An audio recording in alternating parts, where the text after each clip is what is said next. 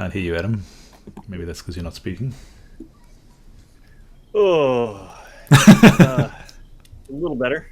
But it's been a brutal 10 days or so. The stomach flu is tearing through my house. So, Oh no.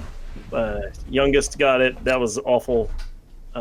She got really clobbered because she was on other meds. Just rotten. And then now Sora, who you know, of course, Dan, is she's got it and hasn't been to school for a couple of days. And I think I'm gonna maybe escape the worst of it. Just felt a little green around the gills, but nothing like horrendous. We'll see about Steph. So, but anyway, yeah, and it's just part of the ongoing saga of children just being walking.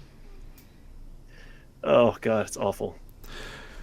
Yeah. I'm just so done with biology. I just can't wait to upload. Let's I upload. just absolutely cannot wait to just get off of this substrate completely.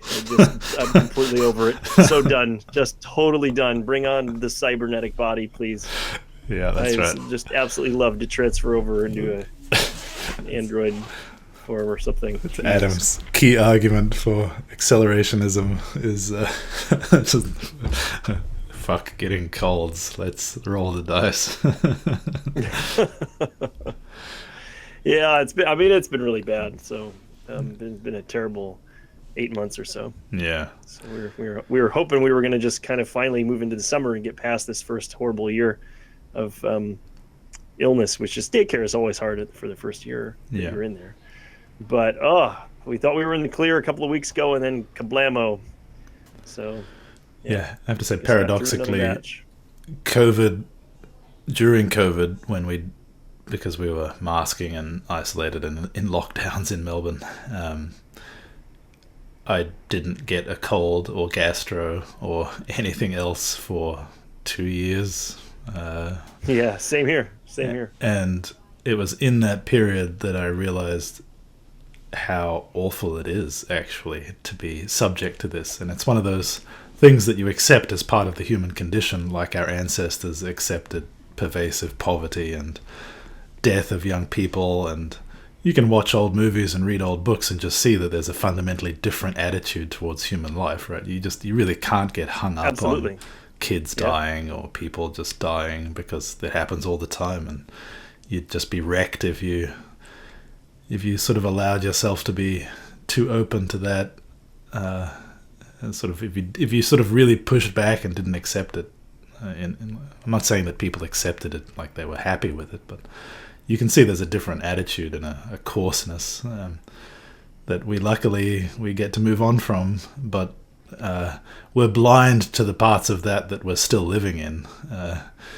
And it's when Lavender and I talk about, well, what people really don't get about why technological progress is a good thing is exactly because it's in their blind spot where all the horrible things are that will be ameliorated by technological progress. So you ask people, I had this conversation with my good friend Lucas Cantor, who you know, Adam, and I've made this argument to him about economic growth is good and we need more technological progress, and the usual pushback you get against that argument is sort of a combination of like thinking it's about consumerism and that having growth just means having more stuff and people sort of already have too much stuff, and then just skepticism that, well, how much progress do we need? I mean, things are good now, and more progress will just mean more carbon dioxide in the atmosphere and more sweatshops in places where I imagine that without sweatshops people would be living in a utopia somehow, vaguely.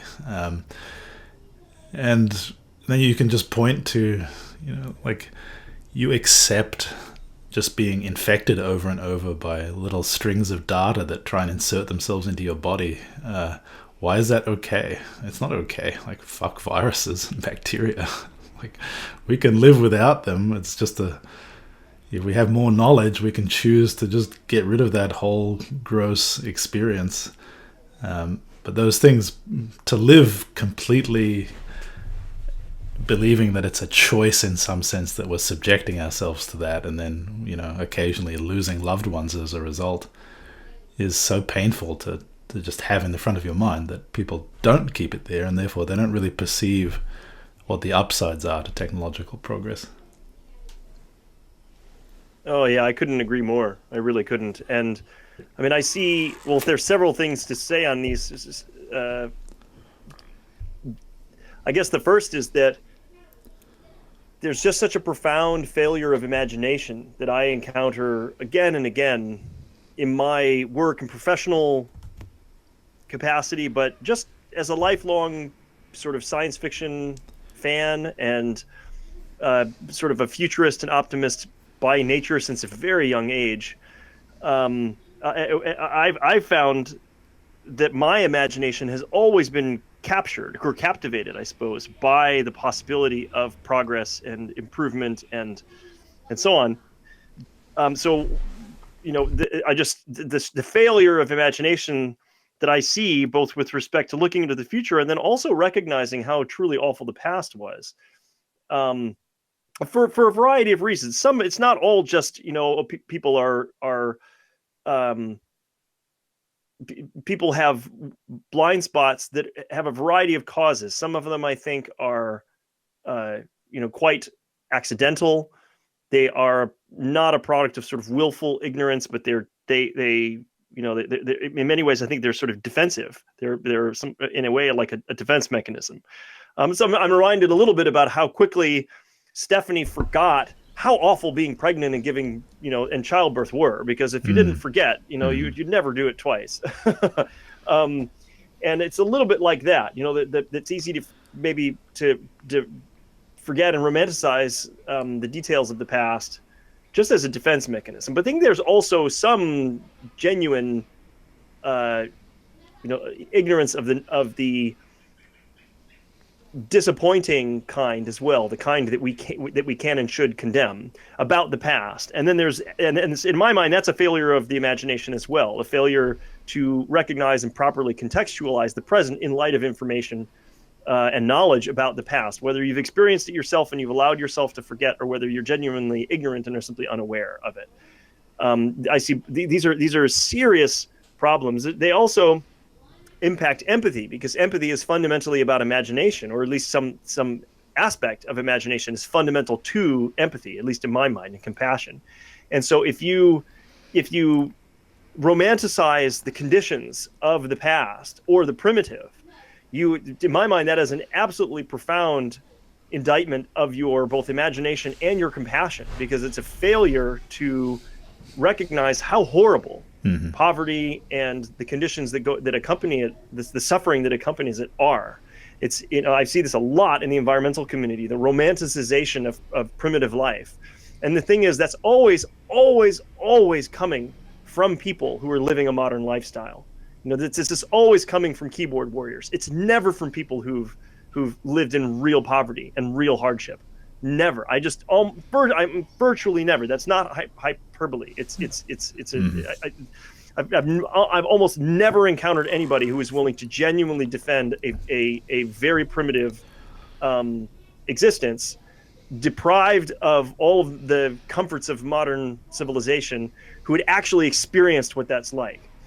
But I have experienced that personally and lived in less developed countries for many years as a child, and then as later in my adult life as well. And it's not romantic, and it's not nice and not fun, and it is absolutely not something we want any significant fraction of civilization to return to. We should be aiming to escape that aggressively as possible. So I see that fundamentally as a failure of imagination, and then of course, you know, the failure to recognize how marvelous of a future it would be if we could solve some of our problems, or many of our problems, indeed perhaps, you know, ones that are perennial, and then others that we can't anticipate yet. So that returns me to this specific example of childhood illnesses. And not only are they awful, but I think we are going to come to see that they're worse than we think. They're worse than we think. Yeah. So for two thoughts on this. One is that from a systems dynamics and ecological perspective, I don't see any light at the end of the tunnel. Right now, you have to typically get, I don't know, between 100 to 150 of these, nuisance illnesses over the course of your childhood in order to develop a reasonable amount of immunity to them. And then you just get them at a fairly steady rate over time as an adult. And as you get older, you tend to have more and more immunity, and so they become less and less of a concern. But there's nothing in systems dynamics or ecology, to my understanding, that suggests that we're at stasis with that number or that it will ever decline. All of the dynamics point to just more strains over time, and that number increasing. So 20,000 years ago, the number of colds that you got, a number of illnesses you got, was tiny, and they probably killed most people who got them. But you weren't getting 150 colds as a child, living on the savannah 25,000 years ago. You probably got sick once in a while from a viral infection or bacterial infection that is contagious or infectious in the way that we associate with mundane childhood illnesses. Those are probably very rare. Much more likely are the more severe illnesses that have colloquial terms like typhoid fever or cholera and so forth, but are basically bacterial infections that are associated with contaminated water and contaminated food. So if we think food poisoning, salmonella poisoning, E. coli poisoning, those are basically what really make you sick and kill you in a truly primitive environment, and impoverished and unhygienic environment lacking any sanitation technology.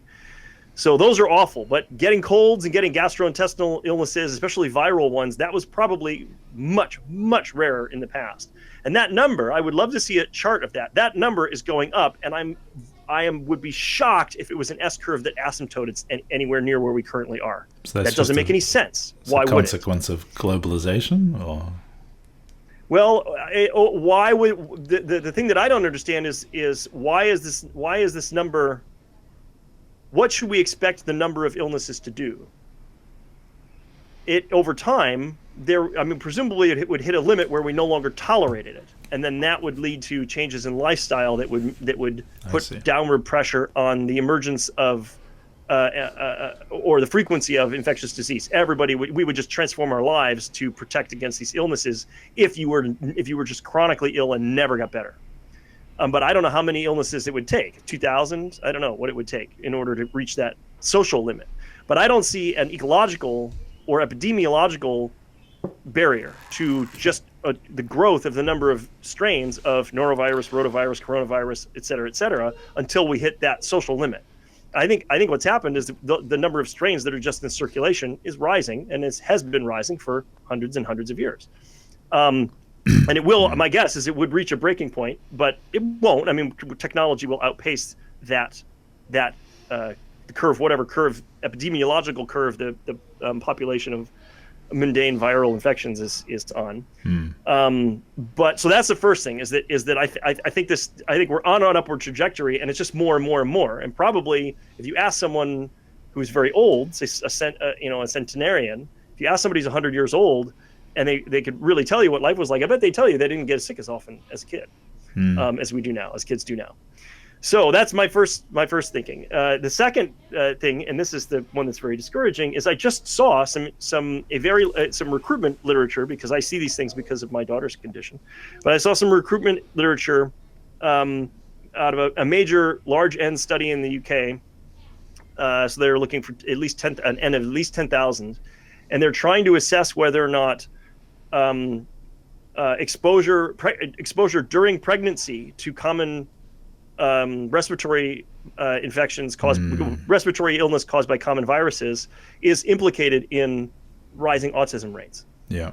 And I think we could easily find not just links between these illnesses and conditions like autism that may have a environmental factor in addition to a genetic factor, that maybe an in utero is a good place where that environmental factor might be operative but escape scrutiny for a long time. And then the second thing is that I suspect autoimmune disorders are probably more likely than we currently believe to be associated with these childhood infections.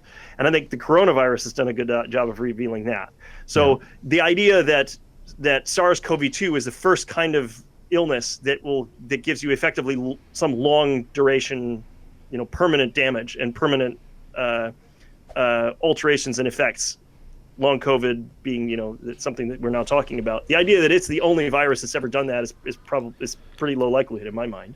My guess is that some people are very unlucky and they get the wrong SARS virus as a kid, the wrong coronavirus, the wrong whatever it is, and they end up with autoimmune disorders. And then there are also viruses that are associated with mental illness. Schizophrenia, for example, is strongly associated with certain viral infections in childhood. So these are things that we just tolerate right now.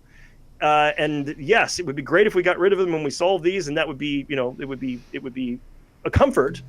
But I think we will probably look back and realize that they were causing much greater harm even than we imagined they were. Sorry to rant, but this has been on my mind. Yeah, I think that's right. It's actually quite fascinating to watch in the context of COVID. It's clear that there's a kind of consensus reality which often doesn't include people with disability, or it's on the topic of what we were discussing before, right, where you have to put certain horrible things in your blind spot, otherwise it's just difficult to live. But that means that you systematically don't pay attention to the ways you can sort of fall out of quote-unquote normal life, right? You can become chronically ill, you can become disabled, and people have often a funny way of interacting with people who have fallen out of normal life in that way, where they feel a bit awkward interacting with people with disabilities or chronic illness. Old people's different because you're supposed to get old and die, and that's an accepted part of the normal condition, so you don't really feel horrified by that. But I think people often have a sort of maybe unconscious feeling of horror or trepidation interacting with those who sort of indicate a way in which things could go horribly wrong that they don't really want to think about. And it's clear that this is a part of why the discussion around long COVID is quite weird. There's still a lot of uncertainty, but it's clear that people. I talk to some of my colleagues or very well-educated people who are capable of looking at the statistics if they chose to. Really have very wrong intuitions about the levels of risk around some of these things, and you could generalize that to other post-viral conditions, I guess. I'm in a situation where I had such a condition as a teenager, so I had chronic fatigue for 1.5 years, and basically couldn't get out of bed post-viral infection, Epstein-Barr probably, and I know exactly what that's like, so I'm not under any illusions that this is something that can't happen to me. And for those who have had other experiences where they've, had a serious accident or a chronic illness, once you've sort of been pushed out of the bubble of normality, you sort of see what the other side is like, and you're never quite able to go back to the delusion that it can't happen to you. But this is, I think it's in a way enlightening to be pushed out of that bubble, because you see the scope of the possible improvements, right? To just remove the possibility of that happening to anybody would so completely change the fiber of what it feels like to be human, right? In a way that you really can't appreciate unless you allow yourself properly to think through the fact that you're really at risk of all those things on a daily basis. So, yeah, I think it's really quite hard. Just like it's very hard to inhabit really a novel or a movie about the conditions of life hundreds of years ago, let alone thousands of years ago. Because even if you can sort of imagine yourself there, it's almost like an alien world, right? You really do not have the intuitions that give you a sense of what it feels like to be there, unless, I guess, as you said, growing up in a poor country gives you a different set of intuitions, because you really can't escape the knowledge that goes along with your vulnerability in that situation. But yeah, I guess one can hope that our descendants look back on our present moment and wonder how we coped at all with our horrible lives, even the rich people among us in the first world countries. Well, it's funny. I think this does connect to the topic we've been talking about. At least in my mind, it does. That I think there's a false intuition about how far we have to go before we are approaching, at least relative to the human baseline, a situation where they're pretty close to optimal. And by optimal, I mean just the solving of a few remaining key problems would take us most of the way to towards the, I don't know, I hesitate to use the word utopia because that implies other things like social structure and sources of meaning and fulfillment that we will continue to struggle to need. And we need, and the human evolved psychology seems to require struggle to contextualize reward. And so there's some complexity there in itself. But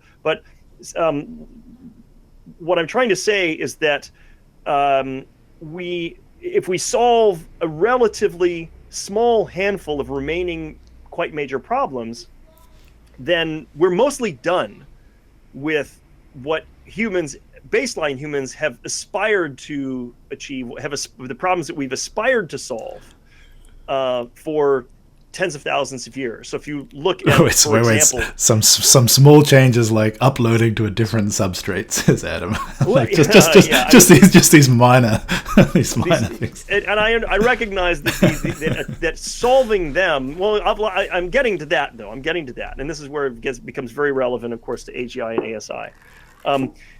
From our perspective, these are obviously tremendously difficult problems because we haven't solved them, and they're the most difficult problems to solve because they're the ones that we haven't solved yet, despite being ones that we've wished were solvable forever. And so if you look at history's myths of what heaven or the afterlife, Elysium, and these nirvana and these sorts of things, what's imagined there. They're basically freedom from various forms of suffering and freedom to, have discretionary time and choice and, various degrees of freedom like that. But we've done a pretty good job of achieving material abundance and energy abundance in certain countries in the West. It's not equally distributed. We still have a long way to go, of course. We do live marvelous, basically magical lives compared to our ancestors tens of thousands of years ago, certainly ones that they could hardly imagine. But we're not all the way there yet. But it wouldn't take more than a dozen, maybe even less, a major sort of conquering final obstacles to get to pretty much the finish line. End all disease, end aging, end the prospect of imminent mortality or death. Even if it was still technically possible to die accidentally, we could reduce that to a very, very low level. There are a handful of, and I'm not being comprehensive here, but there are a relatively small number of problems that we would need to solve until we reached a point where human physical well-being is pretty much, and physical suffering is pretty much a solved problem. And I suspect, what I very strongly suspect, and again, getting back to this idea I mentioned at the beginning, failure of imagination, I suspect that those problems will prove trivial, absolutely trivial, for even a relatively young, but certainly any kind of mature artificial superintelligence to solve. So anything that actually has what we would imagine from our standpoint today as godlike intelligence is going to find solving these problems that have stumped us forever. It's just going to find them trivial. And so one of the things that I am optimistic about is that solving all of humanity's problems just isn't going to be hard. It's going to be more of a why, just why not? Why wouldn't you bother doing that? And I think I might have used this example in our conversations in the past. But for example, it's very easy for us to give our house pets, cats and dogs, just a miraculous quality of life. It's very easy. Feeding the cat is pretty easy for a human to do. But of course, feeding itself is a cat's overwhelming occupation in the natural environment. I mean, that's what cats do. Every waking moment, they're out hunting, trying to get enough food to survive. And feeding the cat is an utterly trivial thing for a human being to do in our societies. I suspect it's going to be like that, or even more trivial, for artificial superintelligence to solve humanity's remaining pressing major problems and challenges. I very strongly doubt it's going to prove to be some onerous imposition upon a genuinely godlike, hyper intelligent, and hyper competent system. And so that at least gives me is one of the sources, not the only one of the sources of my optimism. And I am, you guys gave me some more sources of pessimism last time. Happy to return to some of those as well. I have been thinking about that stuff. But yeah, I think that I think one of the things that we do in our failure of imagination is imagine how powerful these systems are very likely to be. And so we're projecting our weakness onto them, our assumptions of weakness and limitation and constraint. And those things, those assumptions are things like, well, you've always got these lousy choices you have to decide between. You've got the lesser of two evils to choose from. There's no good option. There's always a trade-off. It always sucks. There's never enough. There's never abundant. Things are never abundant. There's always scarcity. You've always got to decide to go without something or choose less of this in order to have more of that. And ASI is going to have all that same baggage. Why? It's got to use the atoms in human bodies because it's just going to be so onerous to use the ones on the moon, or the ones in the asteroid belt, or the ones in the oceans, or the ones in the thousands of miles of material underneath our feet. And I think that's a failure of imagination as well. So, yeah. Russell, anyway. Yeah. Russell watches a lot of sort of science channels on YouTube. And the other day at breakfast, he's like, when are we going to build the Dyson sphere? like a bit impatiently. Awesome. I'm like, I don't know, man. Like 15 years. I don't know. you'll probably get to start working on it. I think we sort of raised the topic of transhumanism a few times, and we've sort of crept up to it. We might as well jump in with both feet and talk about it for a bit. So just a quote from Wikipedia. Transhumanist thinkers study the potential benefits and dangers of emerging technologies that could overcome fundamental human limitations, as well as the ethics of using such technologies. Some transhumanists believe that human beings may eventually be able to transform themselves into beings with abilities so greatly expanded from the current condition as to merit the label of post-human beings. Another topic of transhumanist research is how to protect humanity against existential risks, such as nuclear war or asteroid collision. And this is funny. Julian Huxley was a biologist who popularized the term transhumanism in a 1957 essay. The contemporary meaning of the term was foreshadowed by one of the first professors of futurology, a man who changed his name to FM 2030. So that's pretty good. Gives you pretty good vibes. I think FM stands for Future Man. Is that right? Yeah. So that gives you the right vibes. I've been a paying member of the A+, the Man Plus, which is the largest transhuman organization for quite a while now. So I don't support the political party in the Transhumanist Party necessarily, but I'm definitely engaged with that community and have been for a long time. Yeah, I'm sort of interested in the way in which it's become, you'd have to say from any point of view, very influential. Not directly in the sense that I don't know that transhumanism by name is doesn't seem to have hit the mainstream in the way that over the last few months existential risk and AI safety and such things have. But clearly the people who have carried the torch for the last decades when AI was out of mainstream consciousness on these topics has been people either in or affiliated with or sort of around the idea of transhumanism. I suppose it makes sense from a transhumanist perspective to worry about the long-term future because you might be in it fundamentally. And I guess the concerns about upgraded human capability and just sort of worrying or looking forward to a very different, a radically different future goes along with trying to prepare for and make that future good.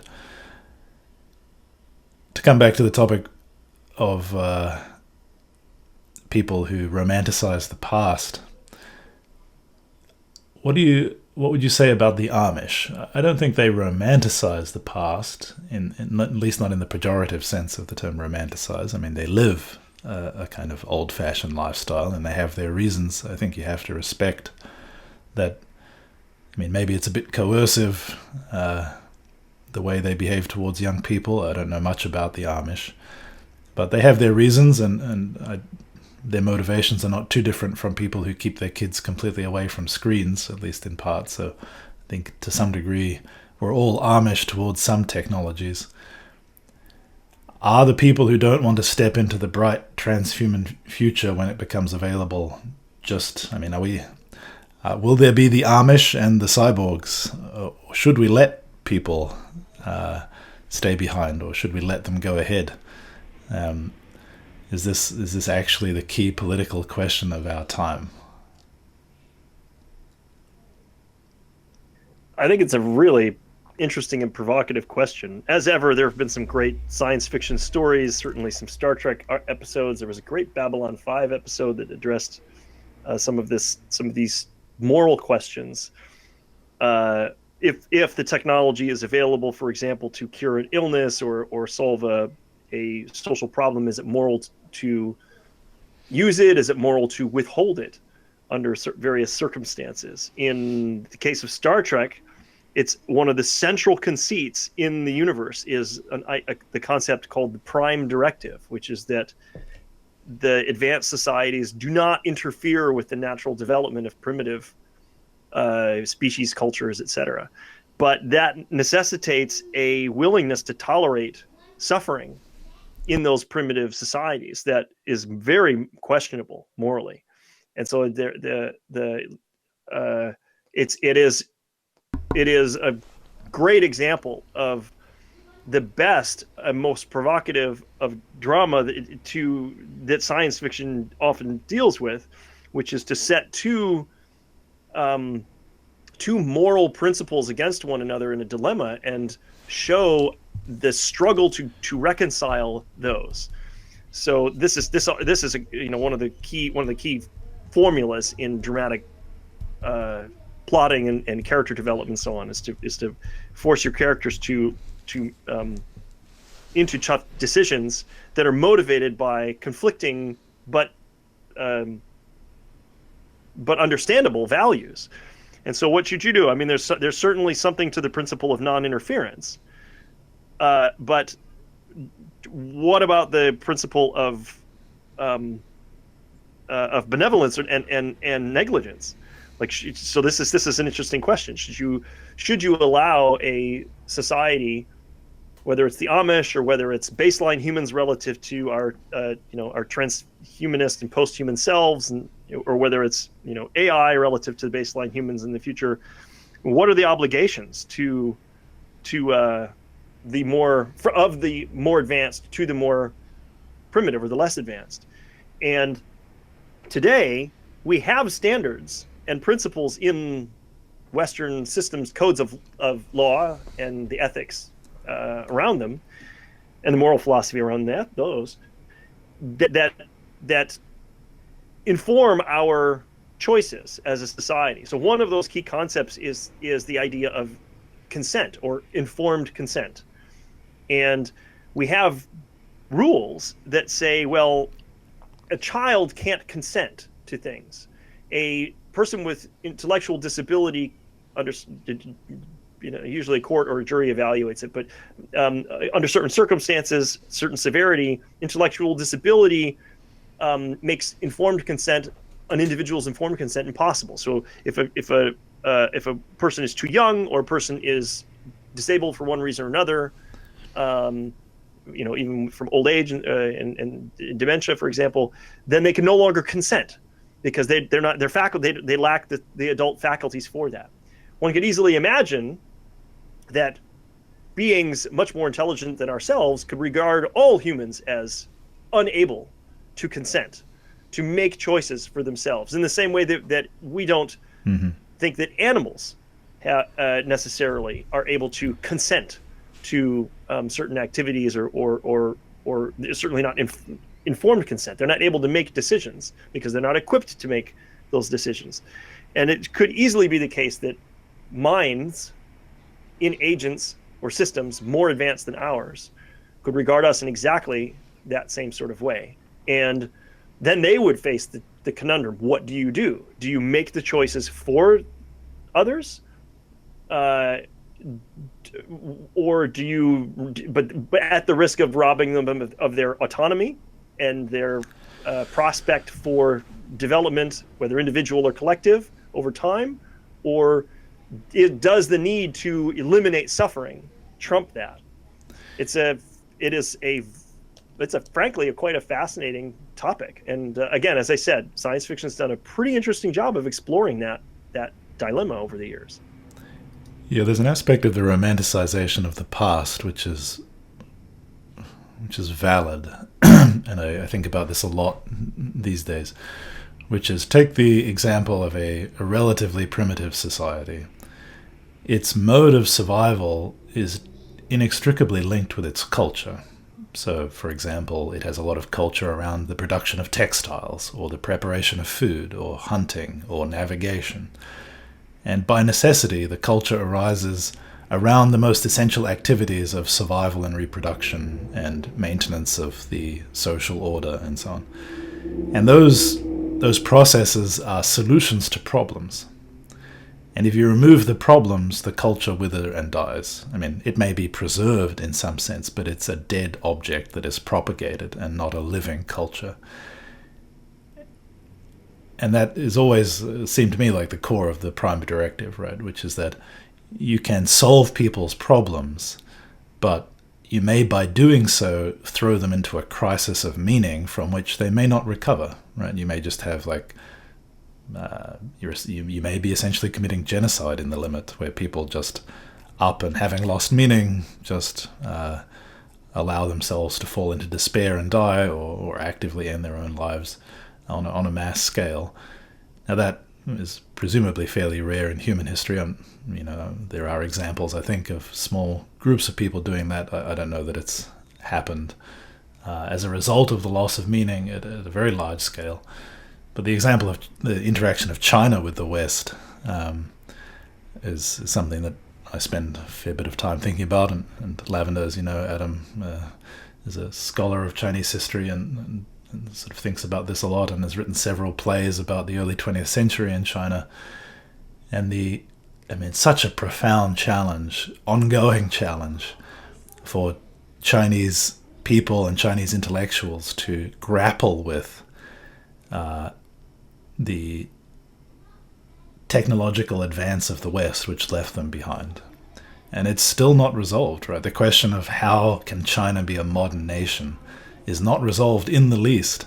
In some superficial sense, it's resolved because China is rich and powerful relative to its dilapidated state in the Opium Wars and so on. But it's a deep, deep problem, and it's got to do with the phenomena of this mode of existence that we're in now was not born in China, and so somehow there's always this question when you're modernizing: Are you accepting just technology, or there's no really such thing as just accepting technology? You're also accepting a kind of mode of operation that goes along with it, and what should you accept and what should you not? And this was debated by very smart people in the early 20th century in China, who saw what would happen if China modernized in this way, and saw that a lot of the way of being Chinese would be lost, and resisted that, and as a result, became militarily unable to defend themselves and economically poor and so on. So you sort of don't get a choice to really make that trade-off, but it's such an awful set of choices. And obviously many First Nations peoples in Australia and in the US face this in a much more brutal way as well. I do worry that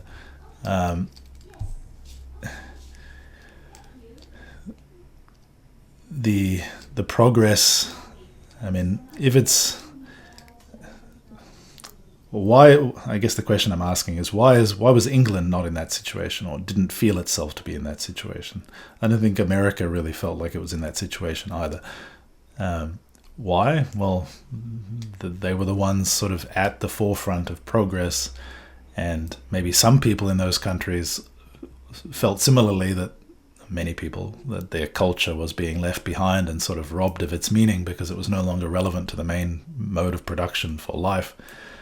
But at least you sort of felt connected to the progress, or at least your children came up and just lived a different life, and there was some sort of continuity, and so maybe the crisis was not so acute. But is that a function of the rate of change, or like the fact that it's happening in your society, whatever that means? Is there a big difference over the next few decades between being in one of the countries that's on the forefront or being not in one of the countries? Okay, are we all like the colonized?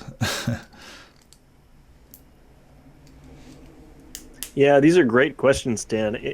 In a previous life, in the 7 years before I returned to graduate school and to embark on a scientific career, my profession was cultural preservation in the Middle East, in mainly in the Sultanate of Oman, and a very different kind of work.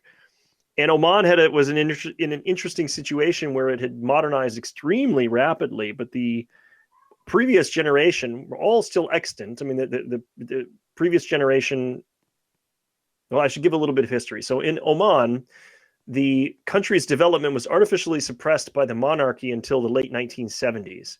And there was no oil development, there was no modernity at all. There were no paved roads, there was no electricity or plumbing until the 1970s. It was one of the poorest and least developed countries in the world, and that was because of its political situation. And then there was a palace coup, and the only heir of the Sultan, who had been perhaps the Sultan made this foolish choice, but the Sultan had chosen to send his only son away for education in Britain, and his son came back and promptly overthrew him and began a very rapid and aggressive modernization program for the country. And this is called Oman's Renaissance. And my family arrived about 15 years after that to one of the fastest developing countries in the world. It was an extraordinary place to be at that time. And then I went back again about 15 years after that to do cultural preservation work, because so much of the indigenous culture was just being thrown in the trash, metaphorically, by the Omanis themselves. There was so little regard for their own past. The people who were from older generations were just absolutely determined that their children were not going to be basket weavers or silversmiths or leather workers or any of these traditional occupations and all of the thousands of years of heritage and culture that went along with them. They were just desperate to abandon all of that in favor of embracing modernity. And they wanted their kids to be, accountants and bankers and software engineers and all the rest of it. And neighboring countries like the UAE, Bahrain, Qatar, these are places that went through something a little bit similar, but Oman's example was quite extreme. And it was the same. Well, it was an interesting flip side of the situation you described, which is that there was no debate at all about are we doing the right thing by modernizing, and do we own this modernization? Yes, okay, these are this is a hegemonic set of Western institutions we're embracing wholesale here, but there was no doubt in anybody's mind, at least certainly my reading of the public zeitgeist was that it was just overwhelmingly a good thing. There was no opposition socially or culturally or religiously, none. It was just absolutely 100% commitment to rapid modernization. And many people could remember when there was no running water, and half of your children died before the age of 5 and so forth. And the stark difference between that lifestyle, and a properly modern one. It was just fresh in everybody's mind. But now there is trouble. There aren't enough jobs for young people. There are a lot of young kids at loose ends and struggling to find meaning in the absence of any struggle or hardship. And it's that situation has its own trials and tribulations. So it's I think if one were an astute enough student of history, you could find quite a few examples that would, of various different kinds, that would inform a wide range of different responses that humanity has had to rapid technological transformation over the course of, over the millennia. And I don't know. I mean, your questions are, that you asked, that you ended with, Dan, there are those are profound, and I don't know if there are answers to them. Yeah, in machine learning, we have a concept of out of distribution, right? So you train a model on some data, and then if you try and ask it questions from a distribution outside what it trained on, then it's out of distribution, and maybe it does something kind of strange. I do. There's a fun Ian Banks. There's a culture novel that has that as one of its central concepts. He calls it an out of context problem, which is also called an accession, an excess. Oh, I've read that one. Yeah. Yeah, and it's interesting. That book is or at least part of it is themed on that very idea. Like what, and that doesn't. It was interesting because that doesn't happen in the context of the setting, which is hyper advanced technology, very often, right? So that in the context of that book and in its world building, there are already extremely advanced technological entities, and they don't encounter an out of distribution or an out of context accession very often. And so it's an exploration of what happens when something, when some wild card really does hit the system. What is it? Interesting Times Club or something? the group of minds. Yeah, Interesting Times Gang. That's right. Yeah. Yeah, that's fun. Yeah, on the topic of culture, so I like to tease Lavender by talking about Neuralink, and she's sort of on board with a lot of technology, and she's heavily using GPT-4 in her work and Midjourney, and finds it all exciting and is an early adopter.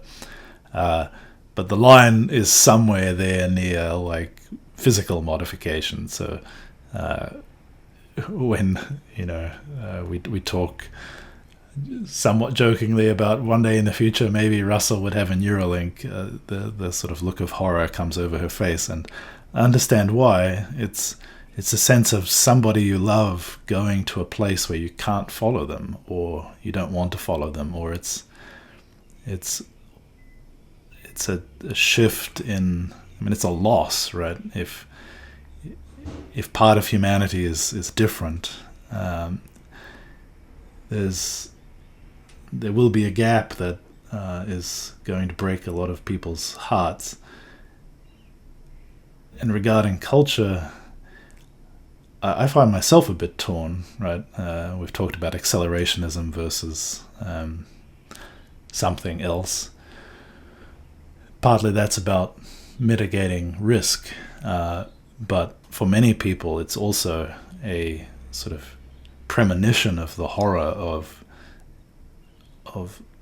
there being a division like that between humans and some sort of post-human species, I guess.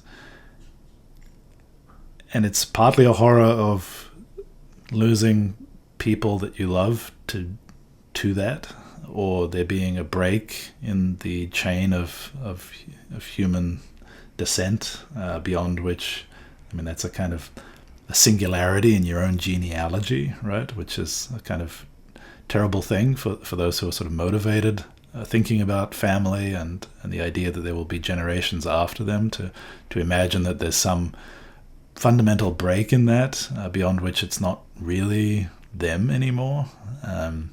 That gets to people's the sort of slight sense of immortality people derive from the idea of having a chain of descendants. But it's also about a sense that you might be on the wrong side, in the sense that the vitality might leach out of your side into the other side. And I think of that a lot whenever I go to museums these days. I see them very differently. So, for example, we were driving through some regional areas of Victoria, and we went to a museum that had a lot of beautiful Aboriginal artifacts in it, and canoes, and it's really great. But I find myself much more easily able to sympathize with it. And I mean, I used to just think it was cool and beautiful, and I admired it. But these days I feel sad, because I very much see that. I mean, I don't know what it feels like to be a member of a First Nations culture, but from the outside it looks like often you're preoccupied with these questions that we're asking about how to relate to modernity, and that's a question you ask when you've lost, right? Like that's not what it feels like to be part of the. I mean, that's not the vibrant era of your culture when you're asking these questions about how to preserve it, and how to make sure young people give a shit about your culture. That's like a rear guard action. You don't sort of imagine that this is where the exciting new stuff comes from. The things that really, like, was Shakespeare involved? I mean, is Shakespeare derived from trying to preserve an old culture against like the exciting new progress? I find it hard to imagine that that's where you want to be, or at least that, like, my personal feeling is that isn't where I want to be. I guess other people could feel differently. So I do feel like it's possible that once there's a pocket of humanity that's different, it doesn't have to be physically different. It just could be like thoroughly adopting the AGIs and willing to let them transform everything into some unintelligible thing. And maybe we're presuming the safety problems are solved there, so humans continue to exist in some sense. That is probably the exciting place to be, but the price of being there is that maybe you stop being human, at least recognizably. And I don't actually know what I would do, and I feel like I might live long enough to face that choice. And I find that very confronting. Sure you will. Don't get hit by a truck. Look both ways before you cross the street, and very likely, this is sad to tell you, this is going to be something. This isn't something only for future generations to face. We're going to be facing it. I think we. I mean, I'm certainly sympathetic to the concerns that change, even if it's growth, implies a kind of loss. And that seems like it's logically inescapable. But I think what we fail to recognize is just how fully the new technology has the potential to transcend the rules and limitations of the present. And so fundamental rules and limitations of the present are things like, there's just a trade-off. There's a zero-sum competition for the use of the surface of the Earth, for example. And so you can't have the Amish and modern society on Manhattan Island at the same time, right? This isn't an option. And so the presumption going forward is, well, that existence will continue to be characterized by those sorts of zero-sum quandaries, those zero-sum choices. And I think that this is one very fundamental thing that is going to be changed that we're very likely to transcend with the aid of technology. Now, there may be a sense in which authenticity becomes so important that you can't, no matter how perfect the recreation, if it's in another place or if it's virtual, it's not the genuine article, and people will still fight. Well, okay, this beach that we're on, it's pretty convincing, but it's in the Matrix. It's not actually in Malibu, and so it's not the real thing, and blah blah blah. But I think that, again, if we look to the past, there is precedence, some examples that are maybe informative here that suggest that we do manage to move on while preserving options from the past. And as we grow, the fear of loss proves to be perhaps less warranted than you might imagine. I'll give a couple of examples. One is, what happened when we started being able to preserve information in ways other than just with oral tradition? Because for a very long time, for presumably tens of thousands of years, the only way to remember anything was to repeat it through oral tradition. There was no writing. There was no other way to store information, really. And there was a little bit of art and iconography, but cave painting style stuff, but very little. Writing changed that. And then much more recently, modern technology has just utterly transformed that. So is it a loss that if you want to experience a story, for example, you can experience that story not just in greater detail? Watching the latest Avengers movie is a much richer experience in many ways, not every way, but in many ways, than listening to someone tell you a story about the Avengers, or, around a campfire. Now, there's its own value to, a story around a campfire, but you can still tell stories around the campfire and then go back into your house and put and stream the latest Avengers movie. And you can have both of those things. And we do have both of those things. And we don't suffer much of a sense of loss of this campfire story version when we have the other version available as well. And it isn't that the new version just mercilessly went out and made a concerted effort to obliterate all oral tradition and storytelling. It's just that, the appeal faded. But there is still oral storytelling. And many people engage in that in an art form, and so on and so forth. Now, in this, I'm giving this as an example, a tiny preview of what's likely to come. I suspect what's likely to come is that, again, staples of science fiction. If you want to live like the Amish, you will have that option. If you want to have the experience of living an entire lifetime in a previous condition or society, you have that option. And this is, we have these fun solipsistic tropes and thought experiments. Now, everything we're experiencing right now is just, simulated.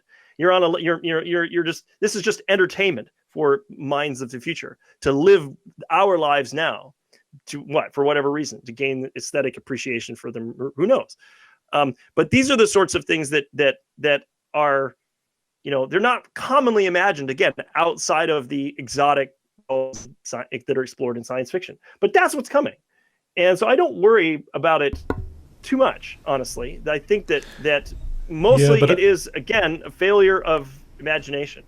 But I think you're also... People are imagining the existing status quo, the parameters on the dials of the system that we live in are not going to change. Only a handful of them are going to change, not most of them. And I think that's just fundamentally, unimaginative view of the future. But here I think that you have a blind spot, I think, which is that you're an individualist American, and more importantly, an individualist. So it's true that if you're looking for certain experiences, you can choose one way or the other, but it's incredibly important to some people to see. I guess it's a difficulty in saying it in a way that doesn't seem coercive, but in seeing their children follow in their footsteps in some sense, right? So you could take Eskimos, for example, and very difficult to get young Eskimos to care about hunting, and to learn the traditions of hunting, and maybe that is what you want actually out of life, and it's not something you get to but it's choose. only difficult to get young Eskimos to do that because time is finite, resources are finite. They've got to go find a job. They can find a better job somewhere else. Their resources are constrained. Scarcity is determining everybody's lives today. And so, of course, you don't choose to spend the very tiny amount of time learning the traditional ways of life when that represents such a massive opportunity cost. But there will be no opportunity cost 50 years from now. So of course you will go and spend time learning those traditions. Of course you will. And hundreds of others as well. Not just the ones from your own heritage and past, but across the planet. And because why not? Well, you're saying that the young Eskimo, he's got a pamphlet from the Dyson Sphere Construction Company, or he can go learn to hunt polar bears with his like crotchety old uncle. It's gonna be yes and, not no but. That's the distinction. It is not going to be zero sum. This is what's going to change. That is and yes and instead of no but. That's a mantra that I absolutely keep near and dear to my heart, and thinking about the future. A world powered by truly advanced technology is one of more possibilities, and more possibilities doesn't mean a different basket of 10 possibilities that throws out 9 of the previous 10 possibilities. It's the new basket is 20 possibilities, the old 10 and the new ones. And I'm just flailing around for silly metaphors, but I'm sure you guys get the point. That is the failure of imagination that I am criticizing here, which is that right now we are faced with difficult choices because our time and our resources and our attention and our intelligence are so finite, so constrained, so limiting. They foist these terrible choices upon us, and that is it's going to be marvelous to relieve that draconian pressure from the human condition, and then the sky's the limit. And we'll probably spend most of our time, exploring novel frontiers that we can't even imagine today. But I suspect people probably will spend time exploring their heritage and traditional experiences and those possibilities as well. I certainly imagine I will. So, Adam, could you help me imagine what the Eskimo uncle does? Because it seems like, help me imagine how you get rid of the scarcity in attention and time for like individuals. So, if what you want, the choice that you want, is for your relatives, like the young generation, to dedicate their lives to your preserving, like to passing on your way of life, from to taking that from the previous generation. How can you, like, the younger generation also has a choice, and so you can't. And if the younger generation kind of wants to know that, they can only dedicate their lives to like one thing. So I'm missing maybe something in the imagination, and I'm falling under your critique of a failure to imagine things. So yeah, could you help me with that? Well, I suppose we can construct, desires that are logically impossible to actually achieve, and that's fair enough. I am imagining that given sufficient time and advanced technology, one could approach totally convincing approximations of most of this. So, for example, to take your example, if you were, let's say you achieved biological and then post-biological immortality, and you just had forever, millions of years ahead of you, and more than that, all these marvelous technological possibilities. So resources aren't a constraint, and yada yada. Okay, how do you help realize your parents' values, to carry on traditions? Well, one thing you could ask is, well, your parents are imagining that you're going to carry on a tradition, but are they imagining you're going to carry it on for a million years, or, something like a human lifetime?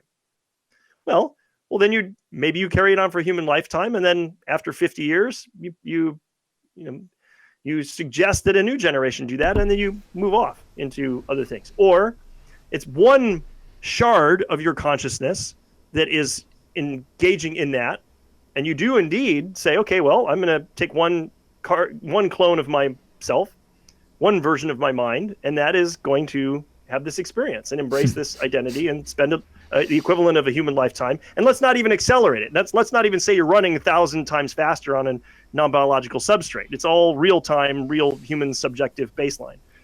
You still do that for 50 years, but you've got 10 or 100 or 1,000 other iterations of your mind running simultaneously, and then you just integrate at the end of that 50 years, and So I mean, again, and I'm not the first person to. I mean, I can pull stories off the bookshelf behind me that are stuff. So these are thoroughly trodden, imagined, territories. But it takes a little bit of a leap to get there, sure. Now that's not to say that that's not to say that, as I said, it's that we can't construct logically impossible things. I mean, if the thing your parents want for you more than anything else in the entire world is for you to never grow up and never develop and never leave and never change and do exactly what they want you to do and then die, well, you can't do that and the other things that I talked about.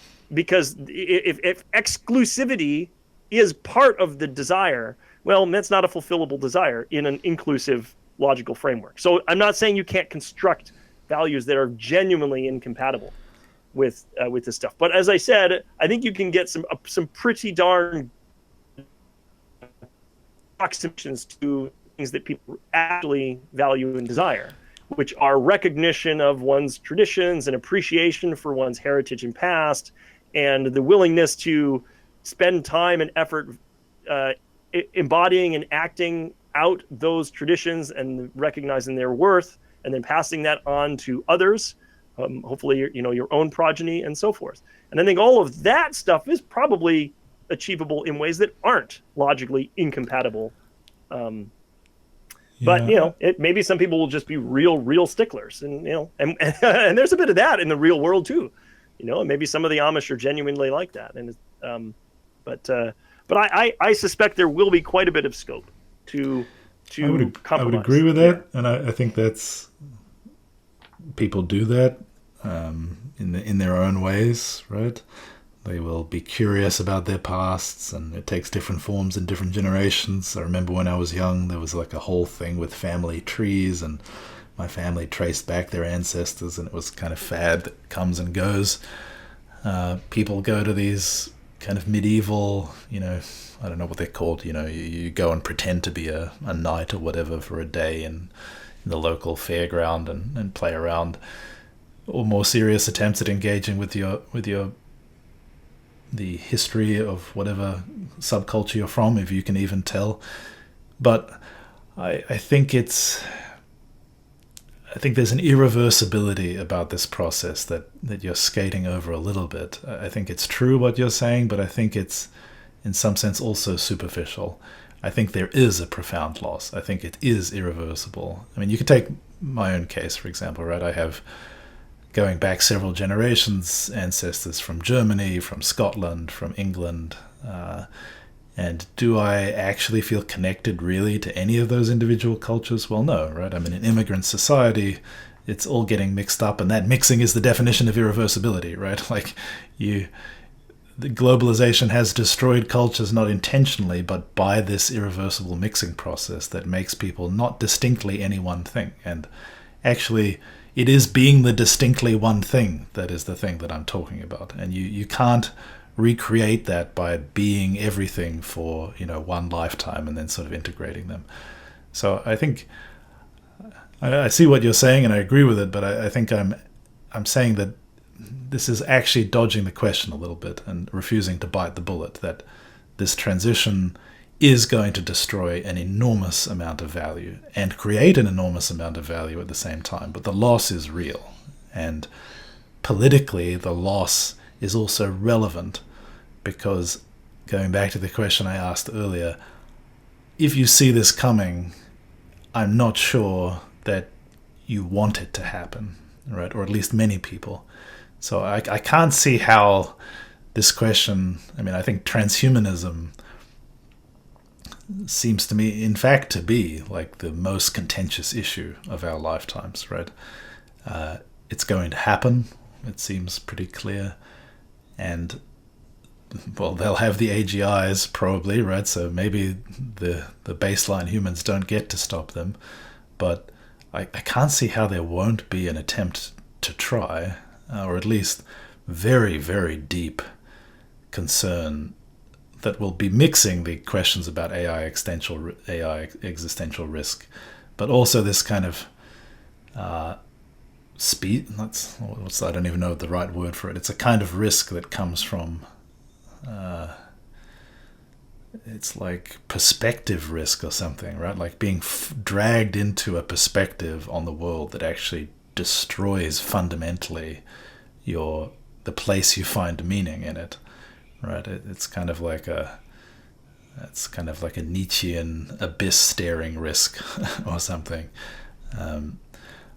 I can't see how this is not going to evolve into like the fundamental question of our time, and I think you're sort of saying, it seems to me, like you will be happy to make that jump and you will find enough value, you will be able to preserve enough of the things that you find valuable in the present, and the trade-offs seem worth it to you. And maybe I even agree with you, but I do not buy the part of the argument where you seem to be saying that like this is somehow obvious that everybody should be on board with this, like that this argument should be convincing to people. I think it will not be, and I think there's every reason for many people to not find it convincing, this trade-off. Yeah, I'm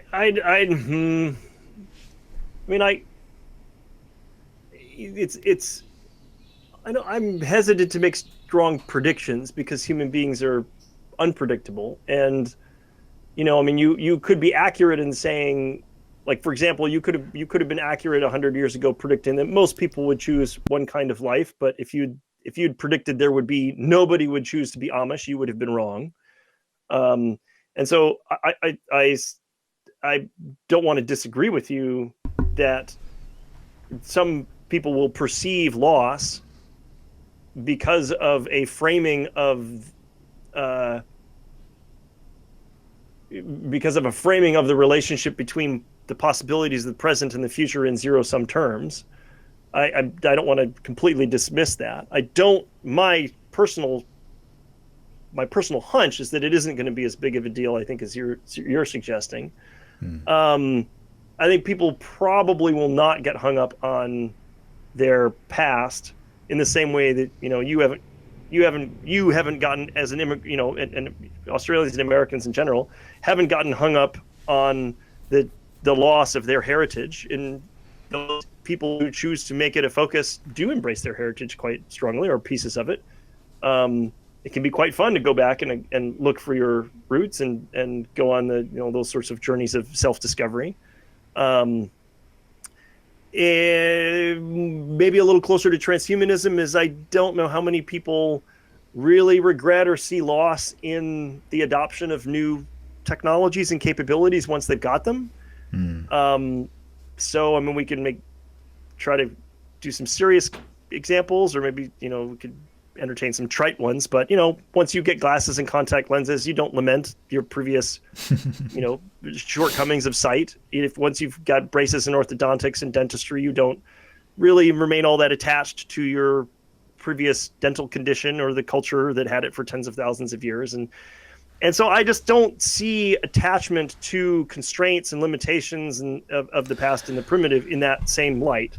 I've certainly seen an entire culture firsthand. This is Oman, as I was talking about, Let me Just insert an utterly example shed here. all the sentimentality towards the past. The thing I was in Oman doing was fighting to try to convince people to be more sentimental about their past. That was the work I was doing there, cultural preservation, and specifically of material culture, of the craft heritage, the industries based around older technologies. And it was a constant fight to get people to see the value of the old way of doing things. Just people who were potters and whose grandfathers and grandfathers and grandfathers back 50 generations saw in Oman. It's just one culture and one set of anecdotes, but the potters that I interacted with just saw no value in having their children continue to be potters when you could go to IKEA and buy, a pot or a pan to cook in for a fraction of the price that in their mind was better because it was made out of aluminum or something like that than the pots that they would be traditionally making to cook with, to use for functional purposes. So this was a challenge, and we tried to do things like invoke examples in other cultures. So we had a contingent visit from Japan to talk about their National Treasures program, where individual artisans are recognized as national treasures in Japan because of the knowledge of a traditional way of doing something, a traditional craft, like whatever it might be, textiles, all kinds of art and crafts, not just like making katanas or whatever, but all kinds of dozens and dozens and dozens of these marvelous traditional crafts, pieces of material culture that go back centuries. It was very difficult to get people to see the value in that, and not just like new generations, but the generation that had practiced them. We just couldn't wait to get away from that and embrace a new and bright and shiny modernity. And so I've seen it cut both ways. So I'm not completely convinced that this is going to be a massive existential crisis for humanity, creating a schism, and then there's going to be like some planetary civil war between the baselines and the transhumanists, although there's science fiction about that too, of course. But so I don't see that as a huge source of conflict, and I do see some pathways, as I mentioned before, to reconciliation through technology itself, some ways in which you can have your cake and eat it too pretty darn well there. But again, I mean, I don't want to be dismissive. And I do want to recognize the idea that in a certain frame of mind, framing this all in a certain context, yes, you can frame it in zero-sum terms in which loss of the past, because the new is something different, and that's it. It's just different, and so it's loss. It's the threat that could be a source of problems and conflict. Sure could. Matt, you wanted to say something about viability risk? Yeah, I'm not sure if this is a term or like a concept that has got a name already, but I don't know what the existing terminology is. But I think of this concept called viability, where like the question is, if you're going to sort of make this new technology and disrupt the old technology, or in this case make a new sort of culture or species and disrupt the old species, the question is, would you kind of come to regret that because something that you didn't realize was important, but you left behind, and then actually your new species or technology or whatever is not viable, in that it goes extinct or something. So, for example, you can think of monocultures in agriculture, where you breed your crops to have certain properties, and then one kind of particular species of the crop becomes the dominant species, and then it lacks diversity genetic diversity and some of the kind of functional things that come along with that, because you didn't know that was important, and then you're kind of susceptible to a new virus or disease that comes and hits your weak point, and because your weak points are all correlated, the whole massive crop dies. So an analogy in the transhumanism case would be something like, let's say we we don't understand exactly what makes humanity kind of successful to the extent that it is as a species. Maybe we have some simplistic version of that, some simplistic model of that, and we base our our uploads or whatever, or our plan for transhumanism, we base it on these simplistic models, and then we go all in on those, and we later find out that something in the part that we didn't understand was actually crucial, and we don't have it. So an example might be, we're talking, at the very start of the conversation, Adam, you said you just want to upload because you're sick of being sick. But, then if everyone uploaded and we, I don't know, didn't have, I guess if you leave behind a kind of like developed immune system or something like that, I don't know. I don't have to appeal to the immune system. I think that the software substrate, software like the silicon substrate, has its own vulnerabilities, like in terms of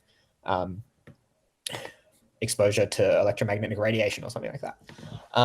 So yeah, I wonder if you are optimistic that these sort of viability issues will be resolved automatically, or if you think there is actually some risk of people being too eager to transition, and that leading to non-viable transhumans who who end up, we make the transition, we become a new species, and then we die because we didn't understand the importance of something that we, wonder what your thoughts are on that. Yeah, I mean, I it's not beyond the realm of conceivability that we could pass through some sort of, technological bottleneck where one way of doing things has the superficial appearance of overwhelming superiority and appeal, and that's adopted en masse only to later prove to expose us to a problem or vulnerability we didn't anticipate. But I don't know that we have all that many historical precedents for that. I'd have to think through that. I mean, it's a good question to just say, historically, do we have examples where a disruption that resulted in the decline of an old technology in favor of a new technology suddenly exposed a single point of failure risk to civilization or society outside of the usual suspects of environmental problems? I mean, those are the big ones that I would normally point to, but it sounds like you're saying something a little bit different than that. So for example, I mean, fossil fuels were so amazing and so appealing compared to traditional biofuel alternatives, wood, biomass, whale oil, etc., that we just dove in head first, or jumped in with both, whatever, pick your metaphor. We wholeheartedly embraced fossil fuels as an entire global civilization virtually. I mean, with very, very few exceptions, and exceptions that were exceptions of circumstance, not necessarily exceptions of choice. So where biofuels are still used, it's not because it's a preference, it's largely because it's a necessity. But embracing that new technology exposed civilization to this risk, this unanticipated risk, and a risk with a very long time delay as well. So this massive displacement in time, across time, between the actions and the consequences. And so now we're facing climate change and so forth. So, I mean, I think we could, I suppose, look to certain disruptions in the past and say, yeah, that was a bad idea. We should have diversified out of the gate rather than everybody just sort of funneling down into this one cul-de-sac and then realizing, oh, this is a precarious situation to be in. Now, will that happen with transhumanism, especially transhumanism in the context of AI, AGI, and ASI? It's a good question. I mean, if Neuralink, for example, develops just a total monopoly, and then everybody who is an early adopter of cybernetic superintelligence, for example, so okay, this Neuralink offers a major path to self-expansion, cybernetic enhancement of your mind, for example, through a brain machine interface. But there's no other game in town. I mean, they've got a monopoly, and everybody who uses that, yes, they get these advantages, but then what? Like maybe they all get a cybernetic illness or virus, or they get brain controlled by or something like that. I mean, is it conceivable? Absolutely. I think that it would be foolish to dismiss that as a possibility. On balance, however, I suspect over time that this technology will create a Cambrian explosion of diversity itself, rather than a mass conformity. And I think probably a better analogy is to think about, how something like electricity diversified the economy and diversified productivity and manufacturing and jobs, just as a fundamentally enabling technology and enabling really condition, as it were. It changed the rules of the game, and it's not like it didn't have any negative consequences, but it didn't expose us to the risk of having all of our eggs in one basket necessarily. Although I guess you could say we're pretty dependent on electricity, and if power grids get taken out, society would be in trouble. So okay, fair enough. But then the other thing is, something like electricity also did not, although it was certainly disruptive in the sense that my team uses the term disruption, and it was transformative.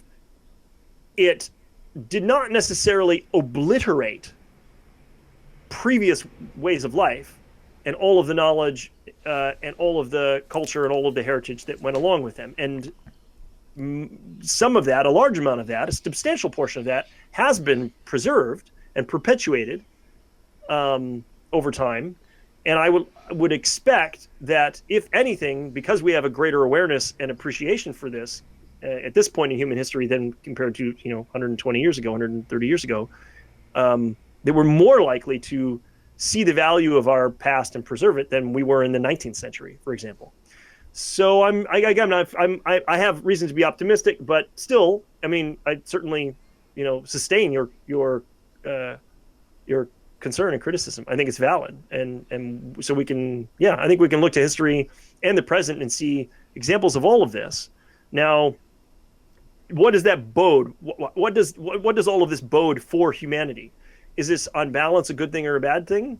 Is transhumanism, if it expands the scope of human possibility into trans and then eventually post-human, this massive post-human possibility space, is that a good thing or a bad thing? Will people fight over it?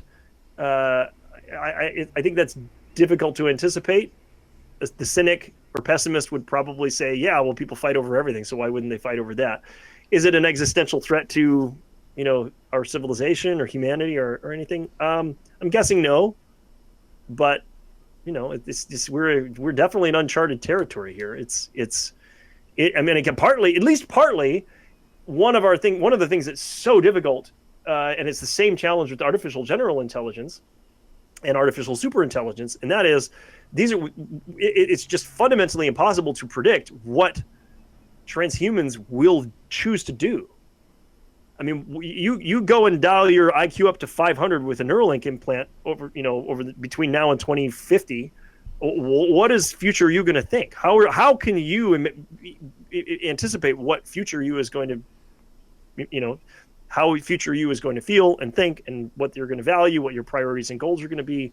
I mean, it's a very, very difficult change. This is the fundamental problem with the singularity, and then hence the name is it's the changes are of a quality such that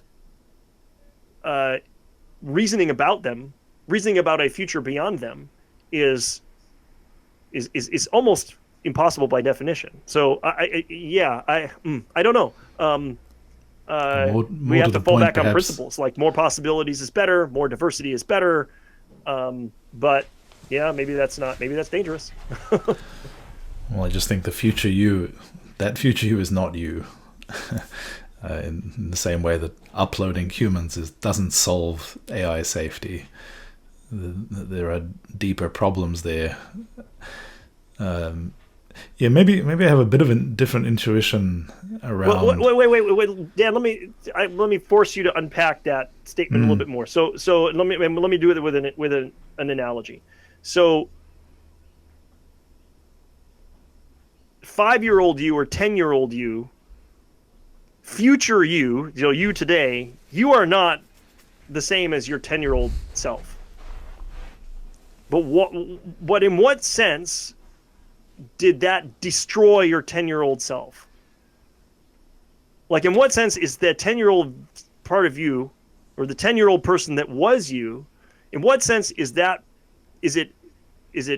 a loss and a tragedy that person is now has grown into a new person who is different, yes, but is, again, sort of more, and not purely other.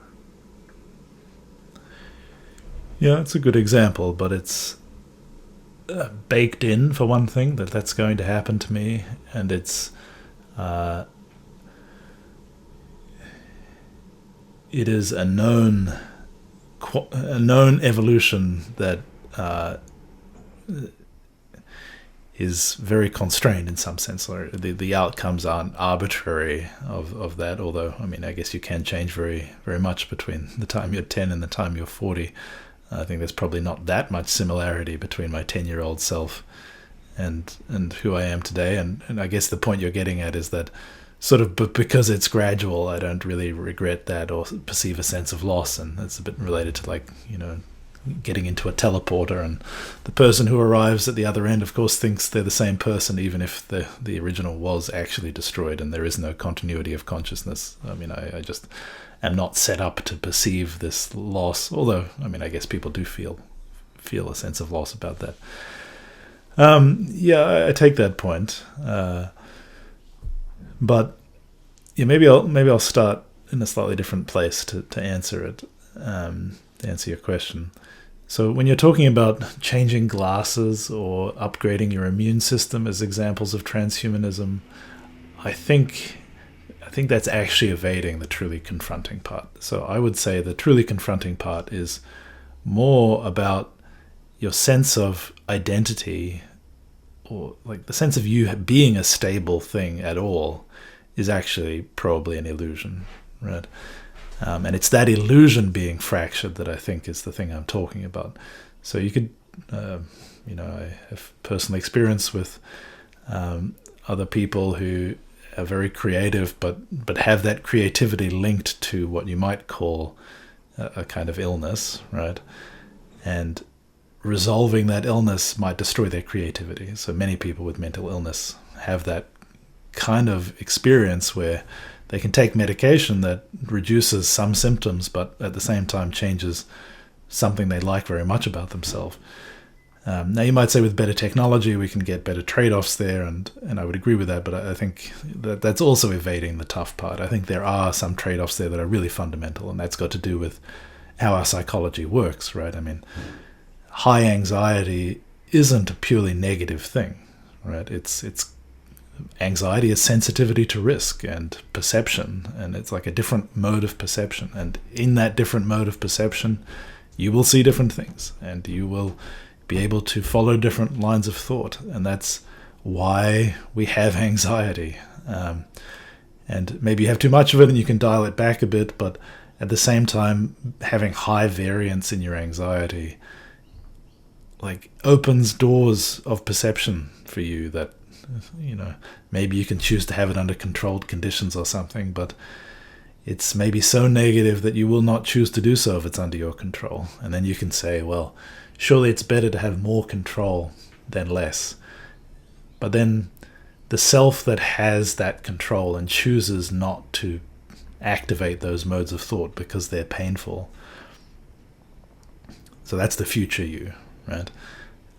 Just has more choices, more control over the mode of their perception, and maybe chooses to kind of indulge in these painful, negative modes of existence because of the upsides, but in a very different way and sort of voluntarily, and this is just different. And that self that was sort of subject to those constraints is irrevocably gone. And I don't think it's good or bad. It's I think a really profoundly difficult moral question to simply remove the suffering seems like the best choice, but the thing that is lost is truly lost and may have truly been valuable. So, yeah, that's, I mean, it's that ability, I mean, the loss of, you can't really imagine that there's some stable thing at the center and then around it superficial things are changed.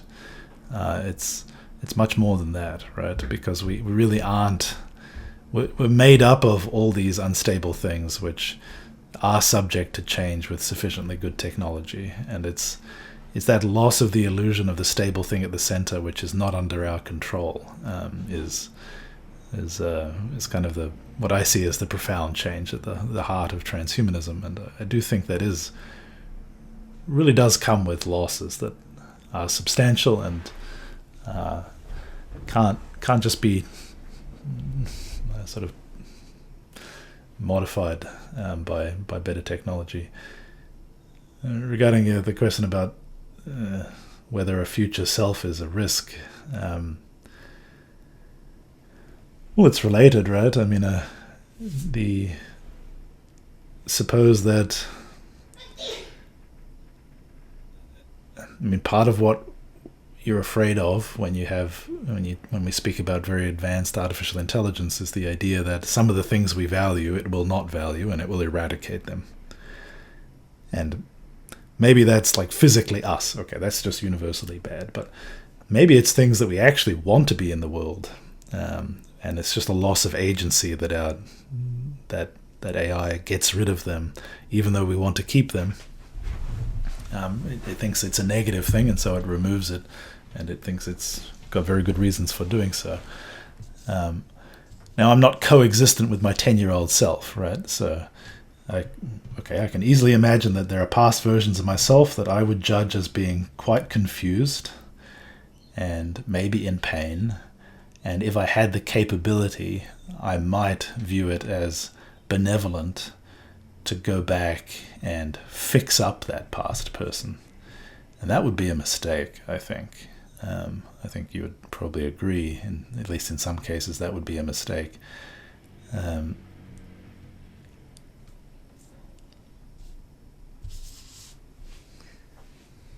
Yeah, I again, I mean, I think I see more possibility for compromise here, and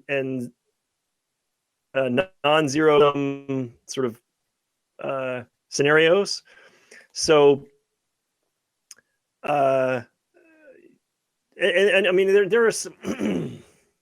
So just quickly, let me rattle through a few of the things that you mentioned, like with the 10-year-old self. If with a sufficiently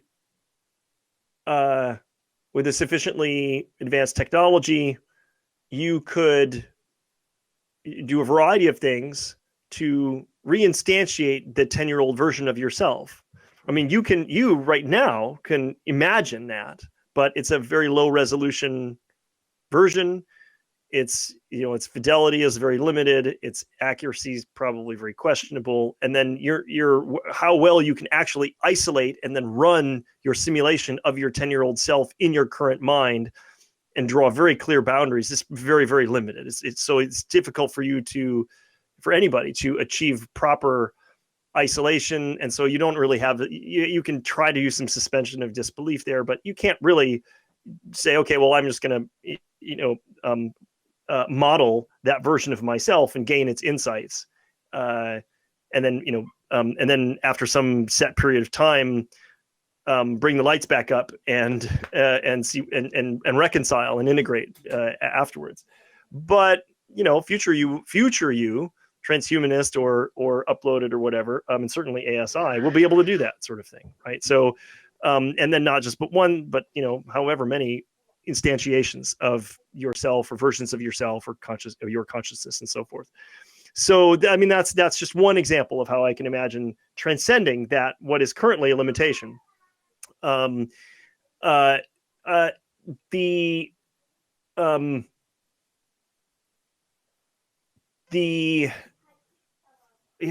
thing another example that I can think of is, so I often hear, well, death gives life meaning, right? So there's sort of a deathist, streak in across many of the world's cultures. This is not something that's limited to one culture. The idea that human beings recognize our mortality and our current biological condition, and we reconcile that, we come to make peace with it, and then we use the knowledge of mortality and the inescapability of death to contextualize life. And there's some people are more fatalistic than others, and some cultures are more a little bit more morose or at least romantic about death and so forth.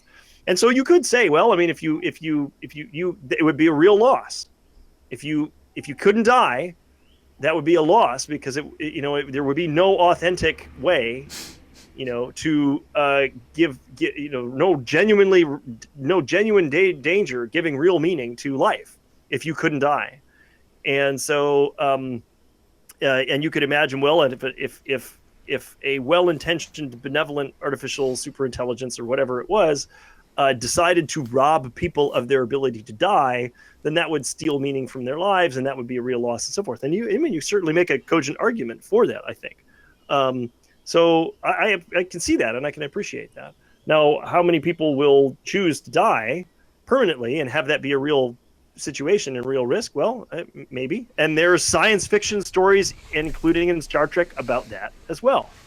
There's a good Next Generation episode about that, for example. So yeah, I think that this is these are tough, these are tricky questions, but whether or not they form the basis of major social conflict and big blocks of humanity coming to blows, basically, over disagreement about these things, I don't know. I think most people are probably just going to say, it's good. Well, just move on. Our ancestors saw some value in death, but it was overrated. And if you really, really genuinely want to get that value, just run a sim of yourself where you don't know you're immortal, and do it for 50 subjective years, and you'll get plenty of value out of it that way. Yeah, well, it seems I failed to convert you out of transhumanism. All right, I think we have to leave it at that for today. That was interesting. Thanks. Sure, thanks, guys, and I'm happy to continue. There's lots more to talk about in the transhumanist front. For sure. I think when we have U.S. Senate hearings about transhumanism, then we'll know the singularity. Well, one thing we could touch on next time, if you guys are interested in continuing, is we're getting the general public is getting a tiny little taste of this now with the transgender movement. Because transgender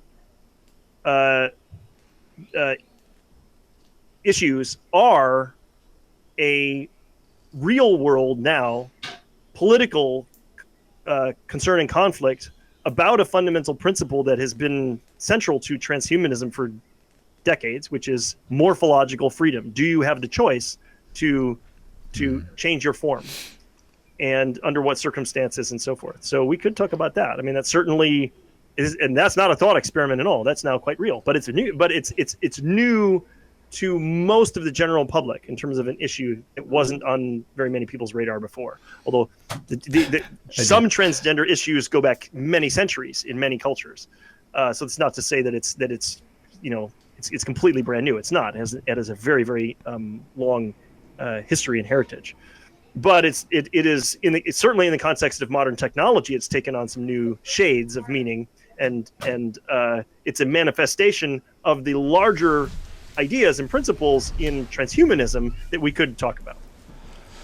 Yeah, and yet you say that the full-blown transhumanism will not be a large social conflict, because transgenderism is not at all a social conflict in today's society. Yeah, well, we'll see. I mean, I'm optimistic. Good. All right. Thanks, everyone. So we'll see you all next week. Take care. Thanks.